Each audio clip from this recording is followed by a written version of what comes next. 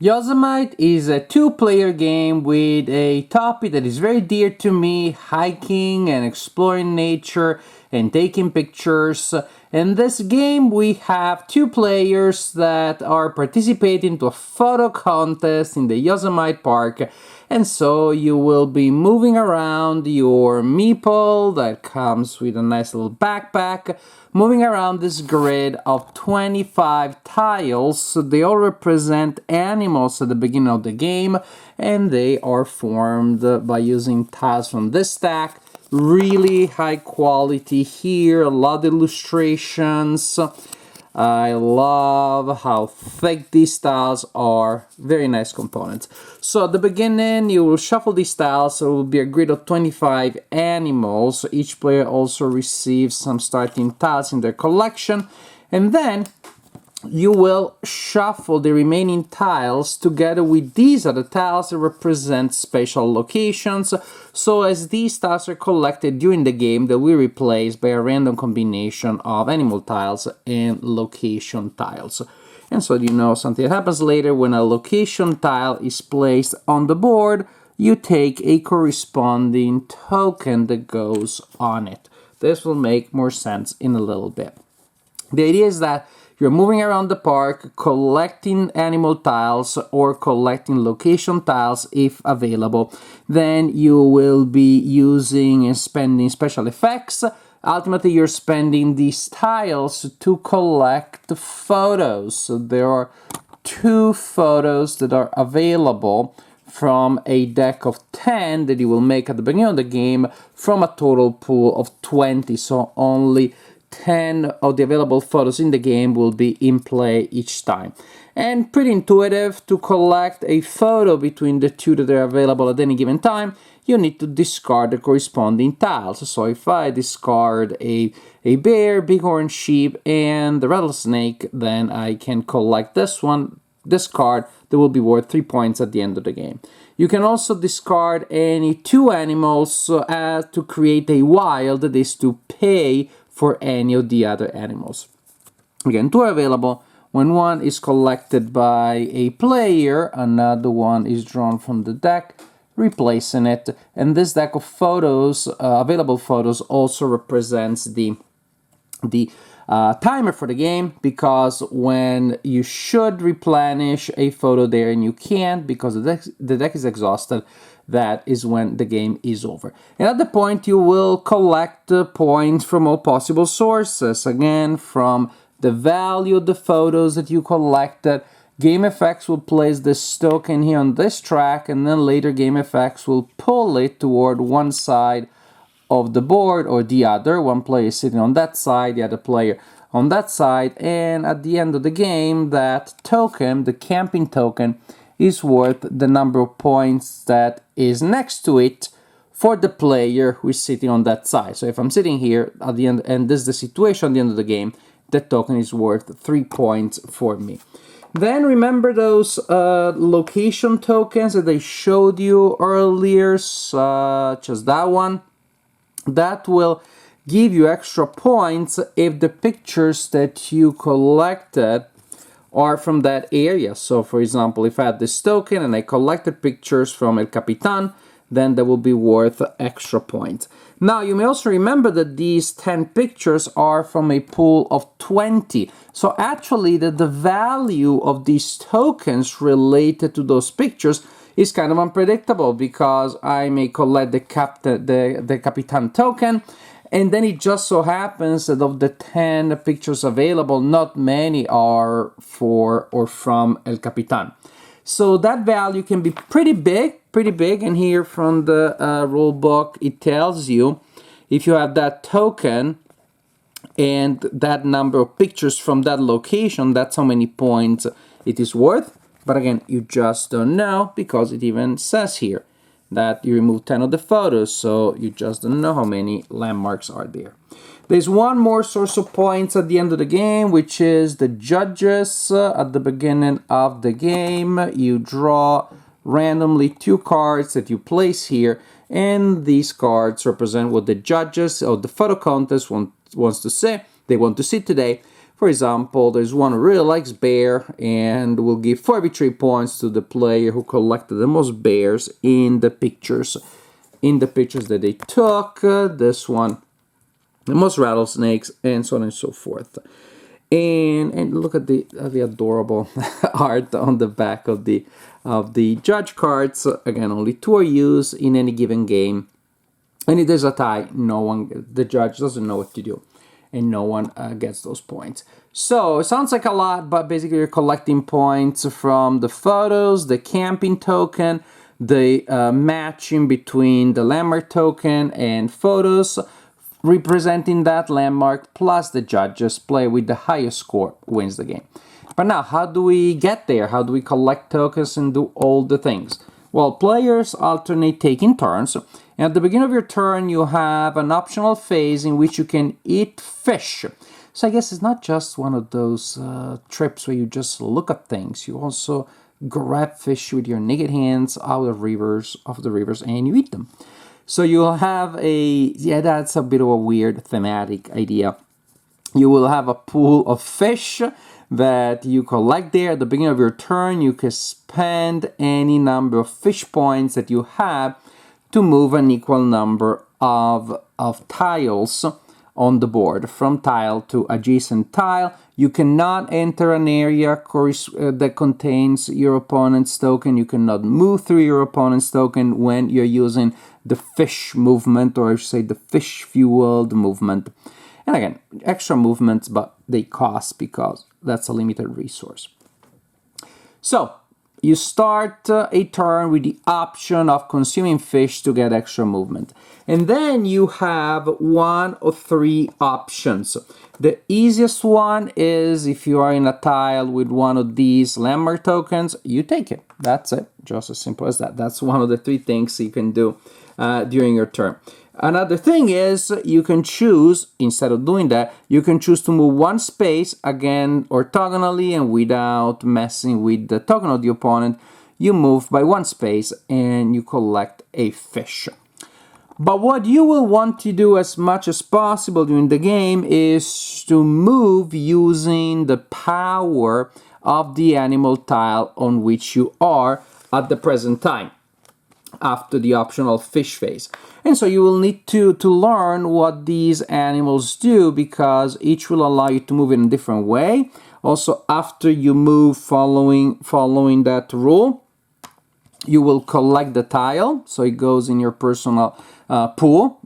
From there you can spend it to acquire those photo cards that we mentioned. Also, each tile has a little symbol here that gives you one of several advantages. For example, this one, I collect even more fish. If I have this symbol, that is when the first time a symbol like this is collected, this token goes on the board, and each time a player collects that symbol, again, this token is moved towards the side of the board.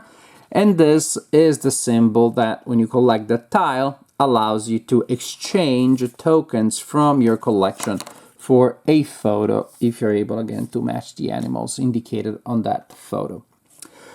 That's just an idea for really what you want to be the main action of the game, which is move using the power of the animal, because that gives you a bonus based on the icon and gives you the tile itself. As for how the animals move, if you're moving using the rattlesnake, then you can move 1 or 2 spaces. This allows you also to break the rule about not messing with your opponent, because using the snake you can move in their space and you move them away. If you're using the cougar runs fast, so basically you will move orthogonally all the way until you encounter an edge of the grid. The cougar does not stop halfway. And so that's how the cougar moves, or I should say how you move when you use the cougar power. Using the power of the bear, you move exactly 2 spaces in a straight line, because the bear likes to do those charges like that, and it's terrifying enough that you can also choose then to move the pawn of the opponent by 1. The fox, clever, a lot of flexibility there. You can simply move 1, 2, or 3 spaces, and again, all movement is orthogonal, but you don't have to move in a straight line when you use the fox. Who's left? The bighorn sheep. I don't see one on the... Ah, there it is. There. Oh, so there's one right there also. The bighorn sheep. You can move any number of spaces as long as it is in a single direction. And that's how it works. Remember these tiles after a while, so these tiles will come out. There will be tokens on them that can be collected later. But once the tokens are collected, the space is kind of dead and really useless. But it still stays there, meaning you can still move on it. It's just a little bit of a challenge later because not every tile that you can move on is also a tile that you can collect. So this is really what the game is about. Choose if you want to eat some fish to get extra movements, and usually that is done so you can go to a landmark tile where you want to collect the token, or to an animal that you later want to collect. And then again, move one space collecting a fish, or collect a landmark token if there is one available, or, most importantly, use the power of the animal to move, collect the tile, and use the bonus. So this is how you play Yosemite. Now, this game, I love the production, I love the topic. Clearly, there is an element of love that went into the production of this game. This is a game that is perfectly fine and good. It really checks all the boxes of a good, well-designed token, a set collection game. From the idea of like there are multiple powers, multiple abilities, different decisions, the grid changes over time. You have short-term objectives when it comes to collecting these sets, but you're also trying to keep an eye on the long-term objectives, matching these tokens with the photos. It checks all the boxes and doesn't fail to check any of them. But also, I don't know, doesn't do anything particularly different or anything that stands out. I know these days reviews out there, everything is a masterpiece or everything is a piece of garbage. But then there are games to me that are just fine, they're just okay. This is a game that, again, it captures the general philosophy of gameplay that we have seen in the last decade or two, and it does that without any flaw. But also at the same time without giving me that tingling sense of excitement, without giving me that ineffable, quintessential something more that really makes me excited, really makes me try to do things as best as I can. I find myself going through the motions without being bored, but also without being excited. This is a game that is just perfectly middle of the way.